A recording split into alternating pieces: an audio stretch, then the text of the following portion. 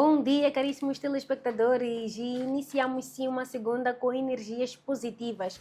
Estamos sim aqui para te atualizar sobre as notícias a nível nacional e a nível internacional. Como é de habitual, temos aqui o nosso comentador. Bem-vindo e bom dia, Mohamed. Bom dia, Ariela, e obrigado. Bom dia lá em casa. Iniciamos sim com uma notícia nacional sobre o arranque da Liga Jogabet. A Liga Desportiva de Maputo e o Clube de Desportos do Machacane deram um arranque ao campeonato provincial denominado Liga Jogabet. Neste jogo inicial, a Liga venceu o Machacane por 1-0. No outro jogo, o Costa do Sol mostrou forças diante do Desportivo de Maputo e venceu por 3-0. O ABB, por sua vez, goleou o Estrela Vermelha por 5 bolas sem resposta. E o Amafil também goleou o Vulcano por 4-1. Dizer que ainda nesta primeira jornada tivemos 2 jogos adiados que irão se realizar ainda numa data por anunciar. Mohamed, finalmente tivemos o arranque do campeonato e deu para ver minimamente como é que as equipas estão a se apresentar ou irão se apresentar ao longo desta época. Podemos já, nesta primeira jornada, dizer o favorito assim que é? Bom dia mais uma vez, Ariela. Indo direto à questão, eu acredito que é cedo para apontar um favorito. Mesmo apesar de... pronto, os números falam e estamos a falar de uma jornada com 14 golos marcados. Isso mostra que existem algumas equipes com algum poder ofensivo acima da média, né? Mas apontar um favorito, eu acho que ainda é um pouco cedo para dizer que existem, pronto, a equipe X está como favorito. Dar os parabéns às equipes que saíram vitoriosas. Falo do Coxa de Sol, o Mafil e a Liga e também o ABB. Dizer que talvez se fosse para apontar nesta primeira jornada, poderíamos dizer que as equipes que ganharam com um resultado um pouco avolumado possam ser os favoritos e realmente até que teoricamente são favoritas, mas no campo, dentro do campo, praticamente é o que temos que ver. Desculpa. É o que temos que ver, é o que teremos que ver, mas ainda tratando-se de uma primeira jornada, acredito que ainda seja um pouco cedo para dizer que existe um favorito apontado. Ainda não passou a primeira jornada e já temos produzido 14 golos. Mohamed, 14 golos é um bom número para o futebol que habituou a produzir não muitos golos. Claramente que sim. Como disse, nós temos um campeonato, o que tem nos habituado as nossas equipes é produzir muito poucos golos. Então, tendo logo numa primeira jornada e esse número de golos é uma demonstração que as equipes mesmo estão um pouco mais ofensivas e talvez, não estão a libertar-se, mas não estão a preocupar-se totalmente em defender e criarmos situações de termos toda a jornada só talvez com 5, 3, 2 golos. Então, isso é um arranque, é um sinal de vitalidade ofensiva que as equipes nos mostraram. Falando agora da notícia a nível internacional, falando concretamente da Liga Portuguesa, onde o UFC Porto vence o Rio Ave e não facilita para o Sporting e o Benfica. Na Liga Portuguesa, o UFC Porto não deu tréguas e venceu o Rio Ave por 1-0. Com este resultado, os Dragões permanecem na primeira posição, perseguidos pelo Sporting e pelo Benfica, que também venceram os adversários. Mohamed, o Porto aqui tem demonstrado capacidade de não facilitar. Isso é um sinal de maturidade competitiva ou apenas a necessidade de não perder o terreno? Ariela, o que eu vou dizer, para mim acaba sendo um misto. O Porto, sim, em algum momento mostra alguma maturidade competitiva, principalmente ao não perder com equipes ou adversários que teoricamente acabam sendo um pouco mais acessíveis. Isso é acessíveis ou não do mesmo nível. que o Futebol Clube do Porto. Mas, por outro lado, existe uma necessidade mesmo de não perder pontos para que não possa perder terrenos e não possa ser alcançado pelo Sporting e o Benfica, que são equipes que estão a lutar diretamente estão na luta direta ao título com o Futebol Clube do Porto. E como é que o Sporting e o Benfica devem reagir perante essa caminhada do Sporting? Nada mais, nada menos... Ou melhor, desculpa, do Porto. Nada mais, nada menos que continuar nesta perseguição absoluta. Eles devem se firmar mesmo como verdadeiras equipes que estão na luta pelo título e estão atrás de um Porto que está jogo a cada jogo a mostrar que quer realmente ganhar o campeonato e está a consolidar a sua liderança pouco a pouco. Mas vamos lá, se fosse para apontar um favorito, quem seria? Pelo momento que está a ter agora, pela liderança, pela equipe que tem mostrado que está a jogar como campeão e está a defender a sua primeira posição, eu diria que o Porto seria a equipe ideal ou seria a equipe mais favorita a ganhar o campeonato. Não quero dizer que as outras equipes não estão a jogar, não estão a mostrar. O Sporting está a jogar muito bom futebol, o Benfica está a crescer dia após dia com a nova filosofia, com a filosofia encontrada e aceita agora pelos jogadores, a filosofia do grande Mourinho, mas o Porto está mais organizado, está mais consistente e, como eu disse, está a jogar a campeão. Diria que o Futebol Clube do Porto que seria a equipe neste momento que iria apontar como principal favorita ao título. Certo, no jogo em que o Sporting venceu os merengues por 3-0, tivemos mais um golo de um moçambicano. Acha que estamos numa era ou época Catamo? Claramente que sim. O Catamo, assim, que está a viver um momento dos sonhos, está a viver uma época dos sonhos, grandes partidas, grandes performances, grandes contribuições e ontem, ao sábado, teve esse grande golo.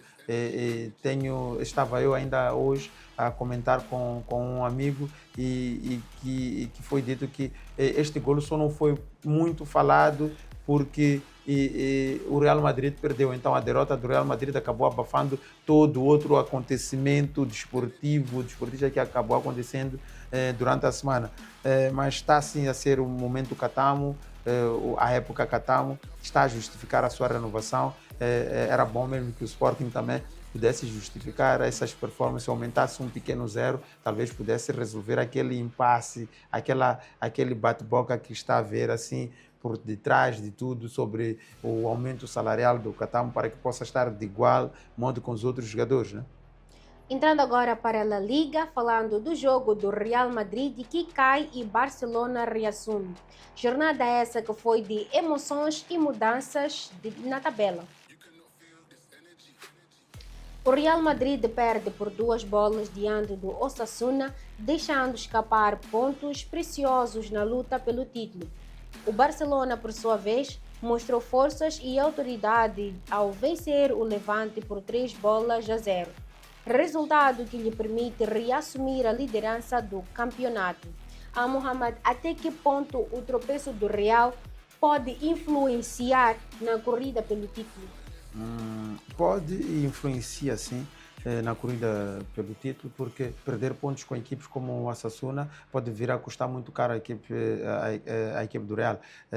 O Real precisa estar concentrado nesses jogos, nessas pequenas equipes ou nessas equipes que podem em algum momento surpreender, porque o Real está numa corrida, o Real está num race em que não pode perder terreno e que se perde terreno vê acontecendo o que se deu ontem. O Barcelona ganhou e reassumiu a liderança do campeonato. Então o Real precisa estar concentrado, os jogadores precisam estar focados e com os pés no chão, porque se isso não acontecer, podemos ver o Real Madrid a perder o campeonato deste jeito, com equipes pequenas, com equipes que teoricamente são menos fortes que o Real Madrid, em jogos que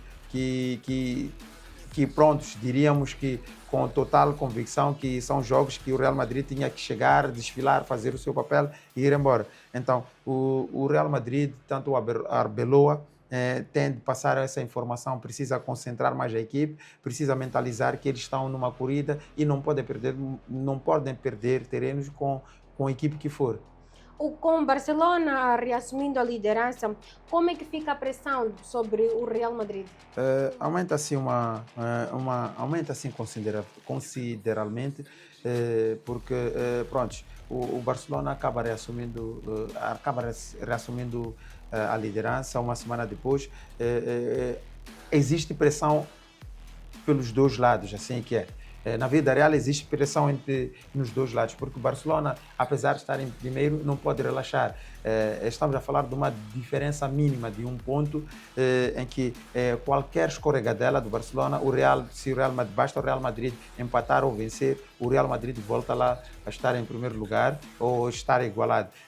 Também, qualquer deslize que o Real Madrid for a cometer, o Barcelona também pode vir a ganhar mais terreno, pode distanciar o número de pontos. Então, existe uma pressão não só da parte do Real Madrid, mas também na parte do Barcelona. Estamos num momento em que nenhum dos dois pode falhar.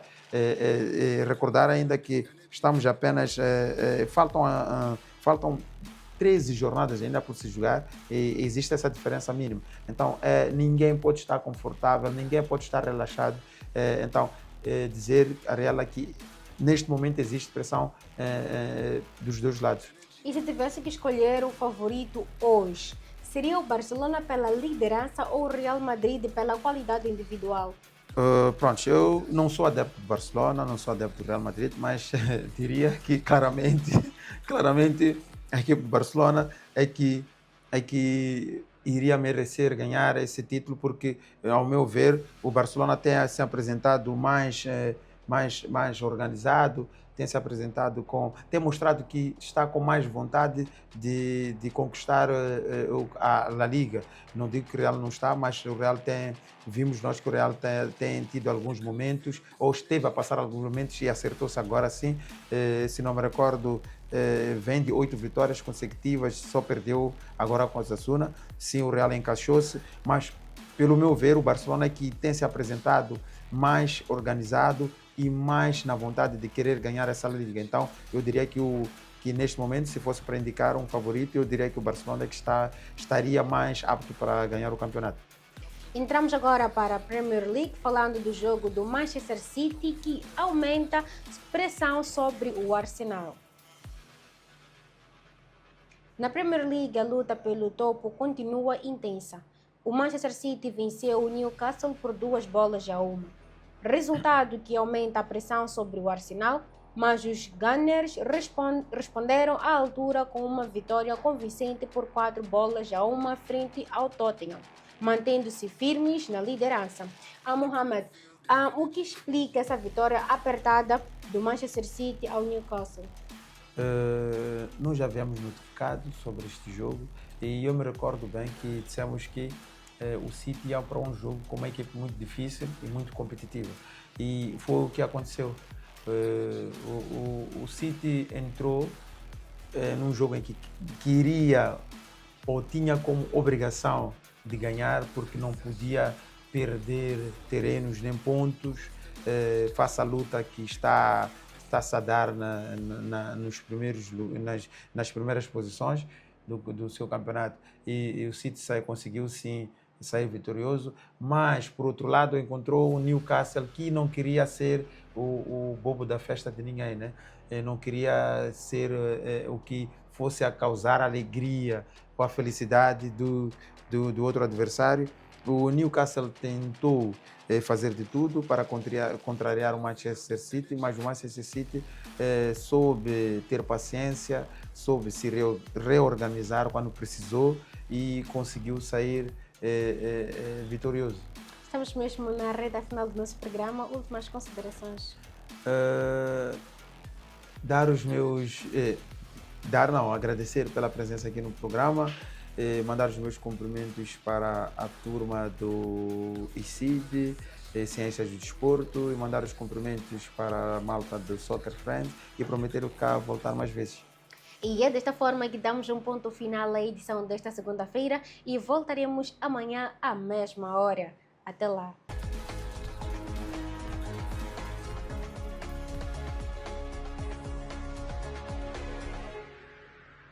Patrocinado por